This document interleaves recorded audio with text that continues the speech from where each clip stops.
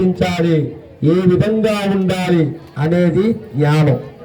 విజ్ఞానము అంటే గురువుల ద్వారా, పుస్తకాల ద్వారా, పెద్దవాళ్ళు చెప్పిన ద్వారా వాళ్ళని చూసి నేర్చుకునేది విజ్ఞానం. విజ్ఞానం కన్నా జ్ఞానం ప్రధానం. జ్ఞానం వచ్చిన తర్వాత విజ్ఞానం కలుగుతుంది. పుట్టుకతో కొద్దిగా జ్ఞానం వస్తుంది, తర్వాత విజ్ఞానం అనేది మనం నేర్చుకుంటాను. అలాగే విద్య, జ్ఞాన విజ్ఞానం తర్వాత అదే కదా. కానీ మనం పుస్తకం అంతా చదువుతాం, మొత్తం పుస్తకం అంతా వచ్చేస్తుంది, కాస్త అప్పచెప్పేస్తాం.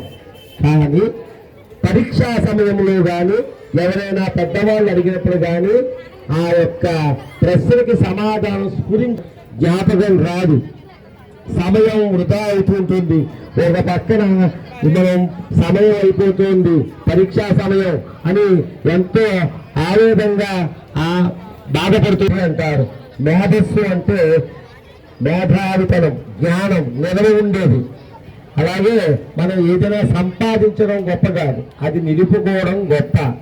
కనుక మనం సరస్వతి దగ్గర నుంచి చదువు, సంస్కారం తీసుకున్నాం. కానీ వాటిని నిలుపుకోవాలి అంటే మేధా దక్షిణామూర్తి గారి యొక్క సహకారం కావాలి. కాబట్టి మీరందరూ చదువుకుని పరీక్షకు వెళ్ళి ఆ యొక్క ప్రశ్నకి సమాధానం రాలేదనుకోండి, ఓం చెప్పగలరు, ఓం శ్రీ దక్షిణామూర్తి నమః, ఓం శ్రీ దక్షిణామూర్తి నమః, ఓం శ్రీ దక్షిణామూర్తి నమః. అలాగే మీరు చదువుకున్న చదువుకి సరైన సమయానికి స్ఫురించకపోతే ఒక ప్రశ్న ఇచ్చారు పరీక్షల్లో, దానికి మీకు ఎక్కడి నుంచి మొదలు పెట్టాలి, ఏమి రాయాలో తెలియట్లేదు మీకు. అప్పుడు ఓం శ్రీ దక్షిణామూర్తి నమః 3 సార్లు మొత్తం చదువు.